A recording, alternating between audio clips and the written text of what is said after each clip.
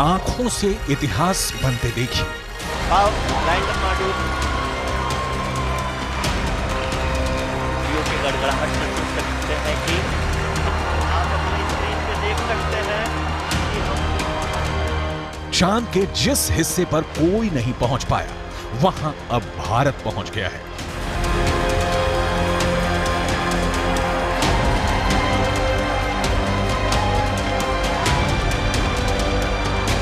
चांद के जिस टुकड़े को अभी तक किसी ने नहीं देखा, उसे इसरो ने दुनिया को साक्षात दिखा दिया है।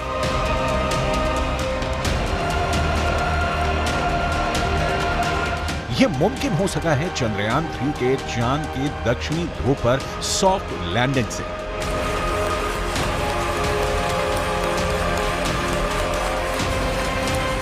चंदा मामा बहुत दूर के हैं, अब एक दिन वो भी आएगा जब बच्चे कहा करेंगे, चंदा मामा बस एक टूर के हैं। अद्भुत,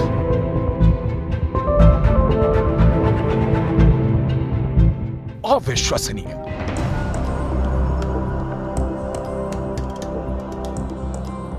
अकल्पनीय।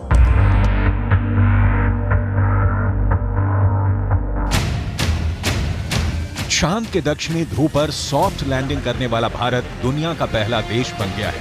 चंद्रमा के दक्षिणी ध्रुव पर भारत की अमिट छाप छोड़कर भारत का चंद्रयान 3 ने वर्ल्ड रिकॉर्ड बना दिया है। चांद के दक्षिणी ध्रुव पर उतरकर उसके दीदार करने का सपना ऐसे तो दुनिया के सभी बड़े बड़े देश देख रहे थे, लेकिन जीत का सेहरा भारत के सिर सजा है।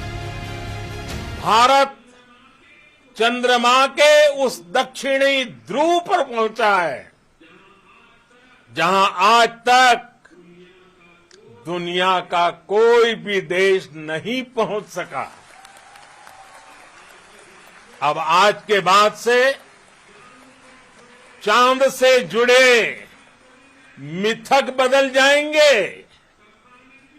कथानक भी बदल जाएंगे और नई पीढ़ी के लिए कहावतें भी बदल जाएगी।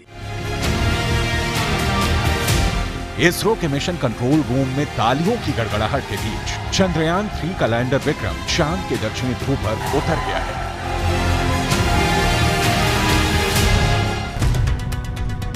इसरो के मुताबिक चंद्रयान 3 के 3 अहम मकसद हैं। पहला, विक्रम लैंडर की चांद की दक्षिणी सतह पर सुरक्षित और सॉफ्ट लैंडिंग। दूसरा, प्रज्ञान रोवर को चांद की सतह पर चलाकर दिखाना। तीसरा, वैज्ञानिक परीक्षण करना।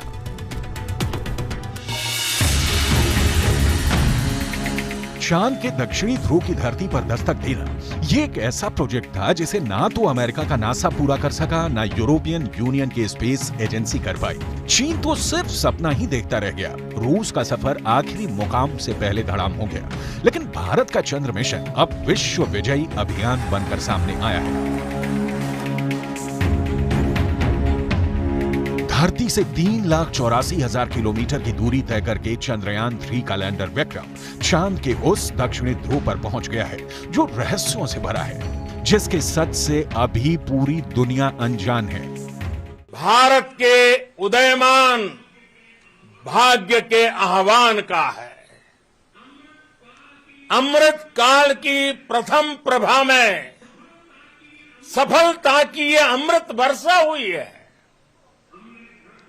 हमने धरती पर संकल्प लिया और चांद पर उसे साकार किया।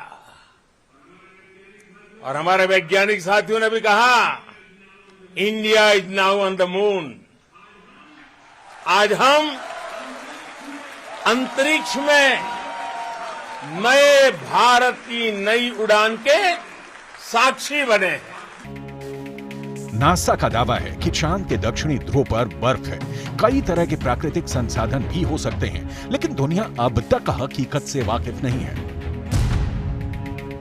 लेकिन अब विक्रम लैंडर के साथ गया प्रज्ञान रोवर इसे मुमकिन कर देगा। प्रज्ञान रोवर और विक्रम लैंडर 14 दिनों तक चांद के दक्षिणी ध्रुव के हर रहस्य से पर्दा उठाएंगे। नासा का मानना है कि चांद के दक्षिणी ध्रुव का बड़ा हिस्सा ऐसा है जहां सूरज की किरणें नहीं पड़ती। चांद के इस हिस्से में बड़े बड़े गड्ढे हैं जिसे अंतरिक्ष विज्ञान की भाषा में क्रेटर कहा जाता है। ज्यादातर गड्ढे ऐसे हैं जहां अरबों साल से अंधेरा है। नासा के मुताबिक गुप्त अंधेरे के बीच यहाँ बर्फ ही बर्फ जमा हो सकती है। चांद के दक्षिणी ध्रुव पर जमी बर्फ का विश्लेषण अब चंद्रयान 3 के विक्रम लैंडर के साथ गया प्रज्ञान रोवर करने वाला है।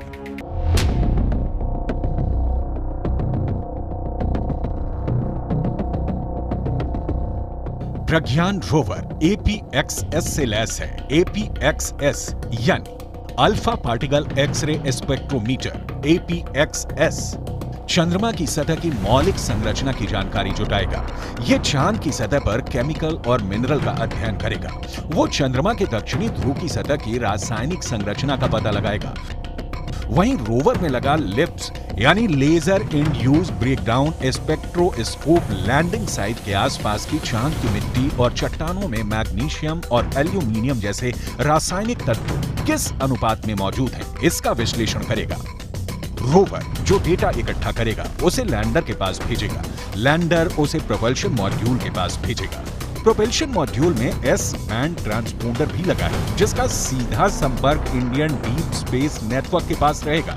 यानी जो सिग्नल लैंडर रोवर से मिलेगा उसे एस बैंड ट्रांसपोंडर भारत को भेजेगा। प्रज्ञान के काम की शुरुआत लेजर बीम के साथ होगी। लेजर बीम की मदद से रोवर चंद्रमा की सतह के एक टुकड़े को पिघला देगा। इस प्रक्रिया में मौके से जो गैसें निकलेंगी रोवर उन गैसों का विश्लेषण करेगा।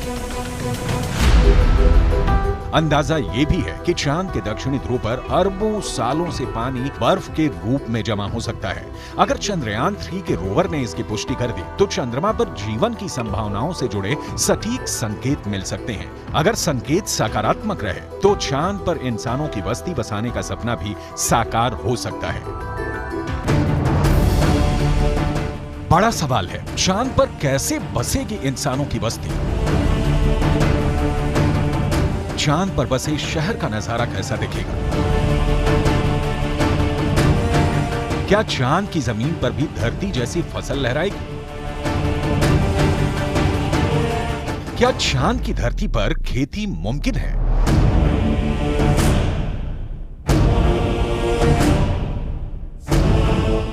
विज्ञान कहता है कि चांद पर अभी इंसानों के रहने लायक वातावरण नहीं है, लेकिन नासा का कहना है कि आने वाले वक्त में चंद्रमा की धरती को रहने लायक बनाया जा सकता है। लेकिन दावे के मुताबिक चांद पर बसने वाली बस्ती नहीं होगी सस्ती। अंतरिक्ष में चंद्रमा धरती का सबसे करीबी पड़ोसी पिंड है। पिछले 6 दशकों में इंसानों ने 100 से भी अधिक मून मिशन को अंजाम दिया है। सभी मिशन को कामयाबी नहीं मिली, लेकिन इन मिशन ने चांद को सबसे ज्यादा खोजा जाने वाला स्थान बना दिया और अब चंद्रमा पर जीवन की संभावनाओं की तलाश हो रही है।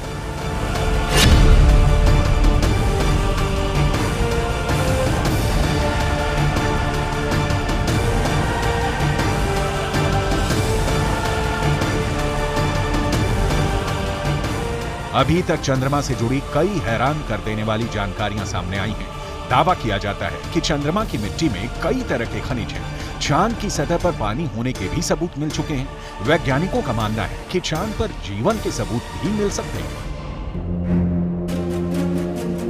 संभावना जताई जा रही है कि भविष्य में चंद्रमा पर मानव बस्ती बसाने का सपना पूरा हो सकता है, लेकिन ये काम इतना भी आसान नहीं है। चंद्रमा पर इंसान के कदम भले ही साल 1969 में पड़ गए हों,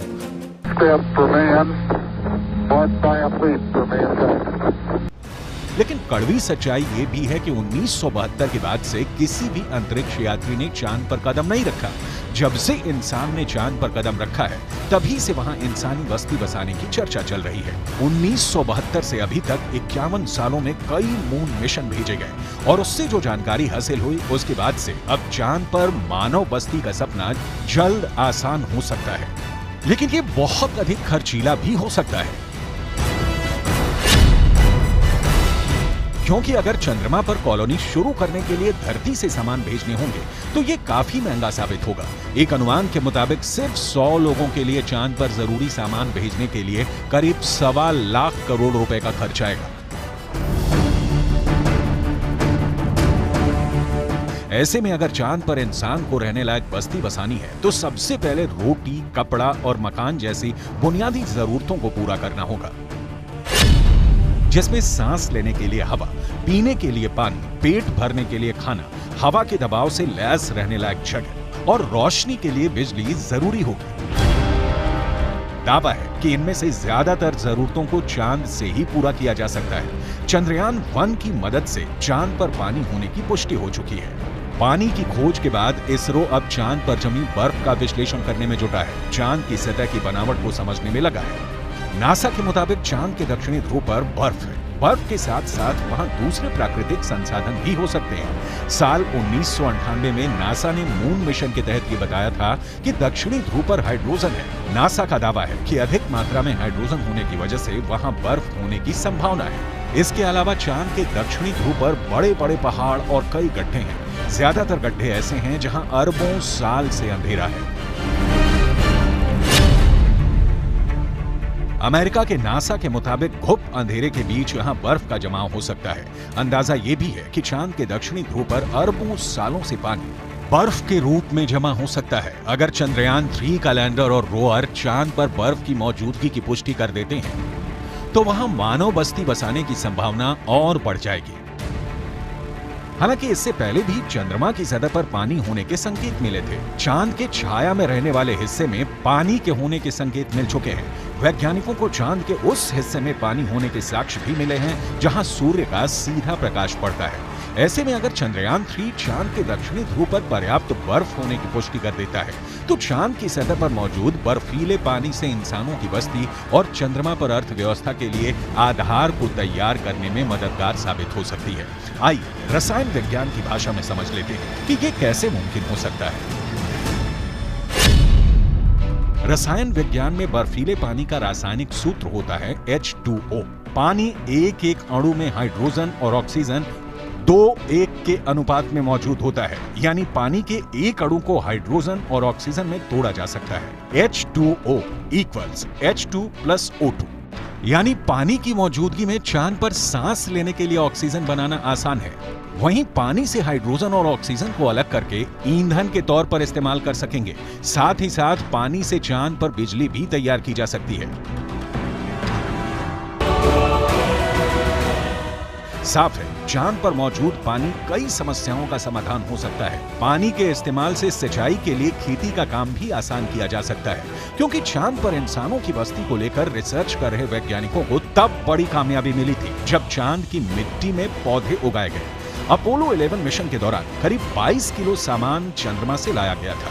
इसमें तकरीबन 50 चांद के चट्टानों के टुकड़े और चांद की मिट्टी शामिल थी। शोधकर्ताओं को इस बात का बिल्कुल भी अंदाजा नहीं था कि चांद की धूल भरी मिट्टी में कुछ उग भी सकता है या नहीं। उन्होंने इसे एक प्रयोग के तौर पर लिया कि अगर अगली पीढ़ी में कोई चांद पर जाता है तो वहां पर कुछ उगा सकता है। जो नतीजे सामने आए उसने वैज्ञानिकों को चौंका दिया। ऐसे में अगर चांद के दक्षिणी ध्रुव पर पर्याप्त मात्रा में पानी नहीं मिलता तो चांद पर बस्ती बसाने का सपना अधर में लटक सकता है। यानी चांद पर सस्ती बस्ती बसाने में चंद्रयान 3 बहुत बड़ा रोल निभाने वाला है, जिसकी शुरुआत चंद्रमा के दक्षिणी ध्रुव पर भारत के धमाकेदार दस्तक के साथ हो चुकी है।